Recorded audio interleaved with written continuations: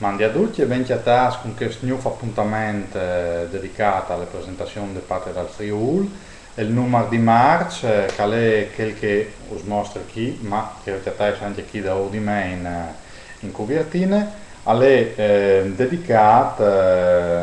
potete direttamente dalle prime pagine nelle copertine, al lavoro e in particolare ho potuto anticipare che il numero di marzo vi è un'intervista al sindacalista valdostan Corniolo e va in avanti con un'altra intervista a Gianni Bravo che nos favelin di lavoro e identità.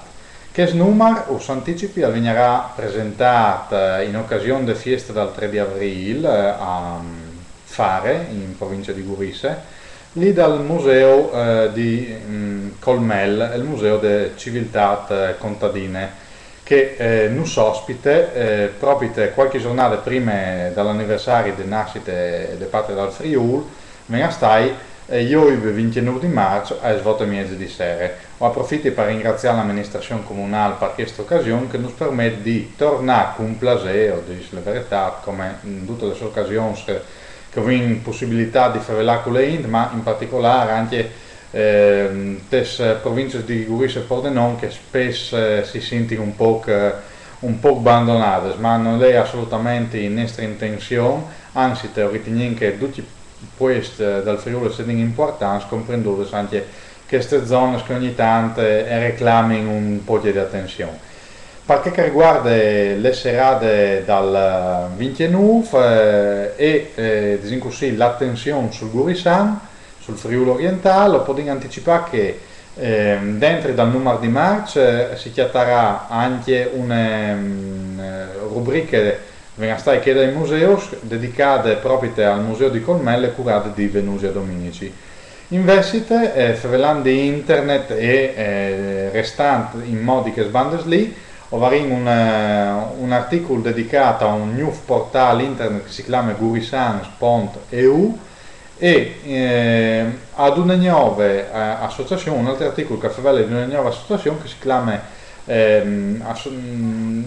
ILEADE a un'associazione austriaca, le Cross Nere, che si occupa appunto di mantenere vive le memorie dai moars della prima guerra mondiale che sono colate con le divise imperiali, con le divise austro-ungariche. Non anticipi altri, anzi te us invidia là da ormai su www.lapatriadalfriul.org per vi intanto le cerces che ho messo già in claro e che sono già disponibili. E dopo per invitarvi a vedere anche le pagine dedicate agli abbonamenti, perché se di una banda con un abbonamento annuale o altre se avete la possibilità di lei a chiase mese per mese le nostre riviste con i vostri aiutori nos permette di continuare a cercare di fare un giornale sempre migliore e sempre più